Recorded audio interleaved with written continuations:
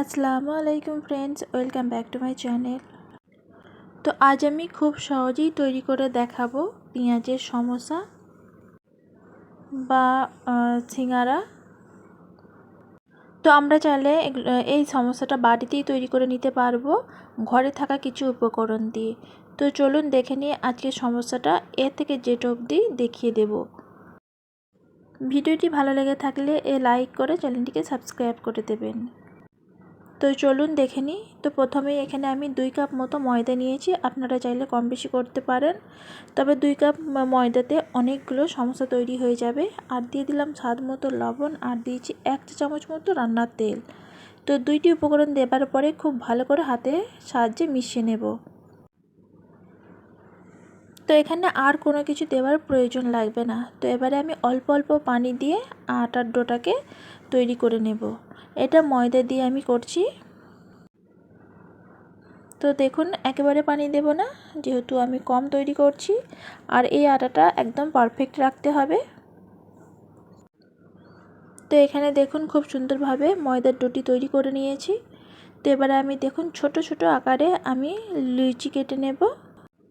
তো এগুলো একটু রুটি সাইজগুলো একটু ছোট করে নেব, কারণ খুব বেশি করলে অনেক বড় রুটিটা বেলতে হবে, আর রুটি বড় করতে গেলে আপনার তাওয়াটা বড় চাই। তো এখানে এবারে দেখুন আমি রুটিগুলো বেলে নেব। চাইলে আপনারা আরও ছোট করে নিয়ে করতে পারেন, তাহলে দেখবেন আরও সিটগুলো পাতলা হবে, একেবারে রুমালের মতো পাতলা রুটি তৈরি হবে। তো এখানে দেখুন আমার রুটিগুলো সব বেলা হয়ে গিয়েছে। তো এবারে দেখুন একটা রুটি নিয়েছি। তো তার গায়ের মধ্যে দিয়ে দিলাম রান্নার তেল, আর দিয়ে দেব কর্নফ্লাওয়ার। অবশ্যই কর্নফ্লাওয়ারটা দেওয়ার চেষ্টা করবেন, তাহলে দেখবেন সমোসাটা অনেকটা ক্রিসপি হবে। আপনারা চাইলে ময়দাও দিতে পারেন, তবে কর্নফ্লাওয়ারটা দিলে অনেকটা ক্রিসপি হবে। তার উপরে আর একটা রুটি দিয়ে দেখুন আমি টেনে নিচ্ছি। ছোট বড় হলেও কোনো সমস্যা নেই, একটু ছোট বড় থাকলে। তো এভাবে হাতে করে টিপে টিপে নেবেন, তাহলে কি হয়, ভেতরে যে হাওয়াটা থাকে সেটা বেরিয়ে যায়। বাকি যে রুটিগুলো আছে তো একই প্রসেসে তৈরি করে নেব। তো এটা যে কেউ দেখলে শুরুতেই বলেছি বানিয়ে নিতে পারবেন।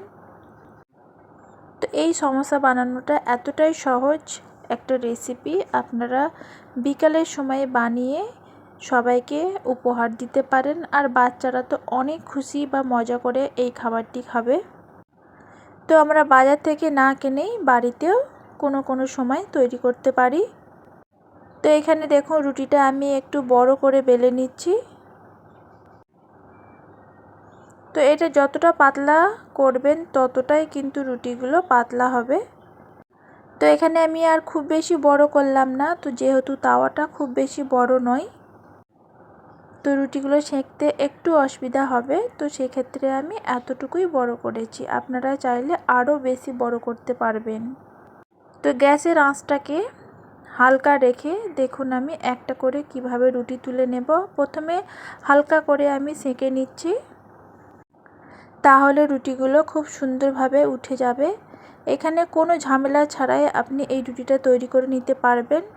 আপনারা নিশ্চয়ই দেখে বুঝতে পারছেন এই রুটিটা কতটা সুন্দর হয়েছে আর কতটা সুন্দরভাবে উঠে যাচ্ছে। তো দেখুন কত সহজভাবে এক একটা রুটি উঠে যাচ্ছে। তো এভাবে আমি বাকি রুটিগুলোকে তুলে নেব। তো এই রুটিগুলো আপনারা চাইলে সংরক্ষণ করেও রাখতে পারেন। তো পরেতে এই সিটগুলো দিয়েই তৈরি করে নিতে পারবেন স্প্রিং রোল। তো এখানে দেখুন সব রুটি কটাই আমার হয়ে গেছে, তুলে নিয়েছি।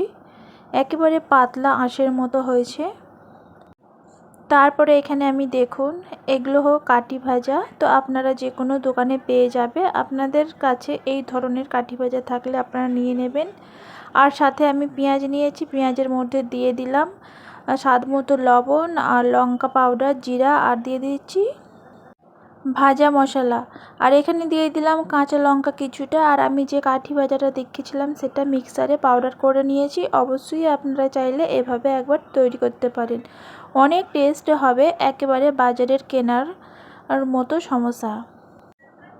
তো এখানে দেখুন আমি কাঠি ভাজা পাউডার করে রাখা সেটা আমি দিয়ে দিলাম 2-3 চামচ মতো।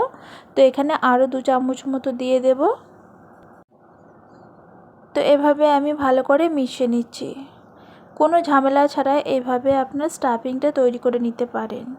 তো এখানে রুটিগুলো আমি কেটে নিয়েছি দেখুন এভাবে। তো আপনারা একটু ছোটও করতে পারেন আপনাদের সুবিধা মতো। এখানে বলে কোনো বোঝানো যাবে না। আপনারা একটু দেখলেই বুঝতে পারবেন, যেহেতু এই সমস্যাটা আমিও খুব বেশি ভালো বানাতে পারি না। আমার মতো করে আমি বানিয়ে আপনাদের দেখালাম, আপনারা চাইলে এর থেকে সুন্দর তৈরি করে নিতে পারবেন। তো এখানে আমি দেখুন ময়দার যে ব্যাটার তৈরি করে রেখেছিলাম সেটা দিয়ে দিলাম। অল্প পানি দিয়ে আপনারা ময়দার ব্যাটারটা তৈরি করে নিতে পারবেন একটু মোটা করে। তো দেখুন এক সাইডটা কোণ মতো করে এখানে আমি পেঁয়াজের স্টাফিংটা ভরে দিচ্ছি। তো আমি যেহেতু একটু সমস্যাগুলো একটু বড় করছি, তো একটু বেশি করেই পেঁয়াজের পুরটা আমি দিয়ে দিচ্ছি। তারপরে দেখুন এভাবে নিয়ে একটু ঘুরিয়ে নিলেই আপনার একেবারে সমস্যা রেডি হয়ে যাবে। তো মাপটা যদি ঠিকঠাক বুঝে কাটেন তাহলে দেখবেন সমস্যাগুলো আরও সুন্দর হবে। তো আমি একটু ছোট বড় করে নিয়েছি, তবে কোনো সমস্যা নেই। তো তেলটা গরম হয়ে গেছে খুব ভালো করে। তারপরে এখানে আমি সমস্যাগুলো দিয়ে দিলাম। তো দিয়ে দেওয়ার পরে এক সাইডটা আমি উল্টে নিচ্ছি। তো আপনারা চাইলে এই সমস্যাগুলো রেডি করে ডিপ ফ্রিজে বেশ কয়েকদিন রেখে দিতে পারেন ফ্রোজেন করে। তো এভাবে আমি উল্টে পারলে হালকা গোল্ডেন কালার করে নেব।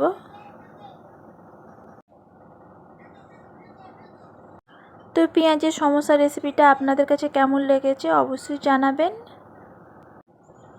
তো ভিডিওটি আমি পুরোটাই শেয়ার করলাম আপনাদের।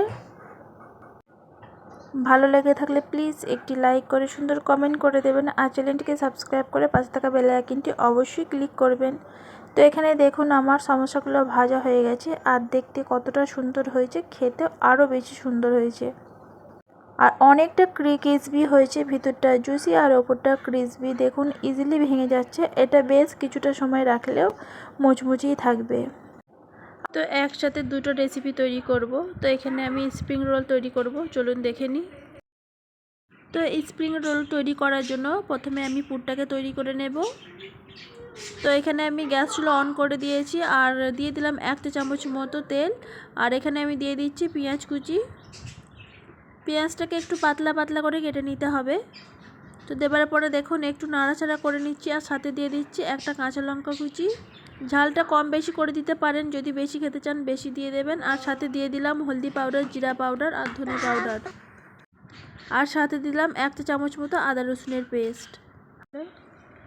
তো মশলাগুলো দেওয়ার পরে 1 মিনিট মতো ভেজে নেব। তো এই পেঁয়াজটাকে একদমই ভাজা ভাজা করব না, হালকা শুধু মশলাটাকে ভেজে নেব যাতে গন্ধটা না থাকে। তো এখানে দেখুন মশলাটা ভাজা হয়ে গেছে, সাথে দিয়ে দিলাম একটা ডিম। তো ডিমটা দেওয়ার পরে আরও একটু ভেজে নেব আর খুব ভালো করে মিশিয়ে নেব পেঁয়াজের সাথে। এতে করে দেখবেন এই স্প্রিং রোলটার টেস্টটা অনেকটা বেশি আসে আর খেতেও অনেক সুন্দর হয়। বাচ্চারা তো অনেক মজা করে খাবে এভাবে যদি স্প্রিং রোল তৈরি করে দেওয়া হয়। আর সবের শেষে দিয়ে দিচ্ছি হালকা গরম মশলা, বা আপনারা চাট মশলা ব্যবহার করতে পারেন।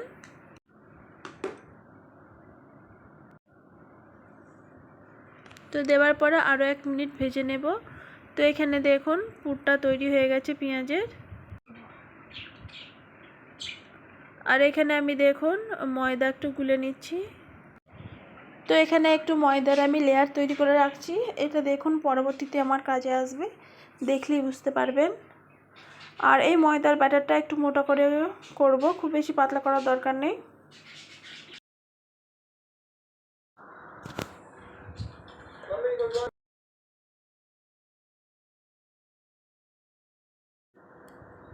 তো এখানে দেখুন লেয়ারটা তৈরি হয়ে গেছে। তো এখানে এবার আমি সিটগুলো তৈরি করে নিয়েছি আগে থেকেই। তো রোল তৈরি করার জন্য আমি কেটে নেব। তো ধার থেকে কেটে নিচ্ছি, এতে করে কি হবে রোলটা খুব সুন্দরভাবে শেপ দেওয়া যাবে আর সমান হবে।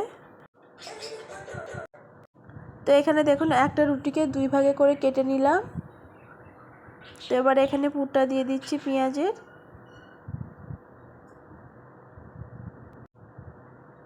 তো এই রোলটা বানানো খুবই সহজভাবে আমি বানিয়ে দেখিয়েছি। আপনারা চাইলে এই নাস্তাটি সন্ধ্যার সময় বানিয়ে নিতে পারেন। আর সাইড থেকে দেখুন যে ময়দার লেয়ারটা তৈরি করেছিলাম সেটা দিয়ে দিচ্ছি। এভাবে দিলে নাস্তাটি খুলবে না। তো সাইড দিয়ে ফোল্ড করে নিলাম দেখুন।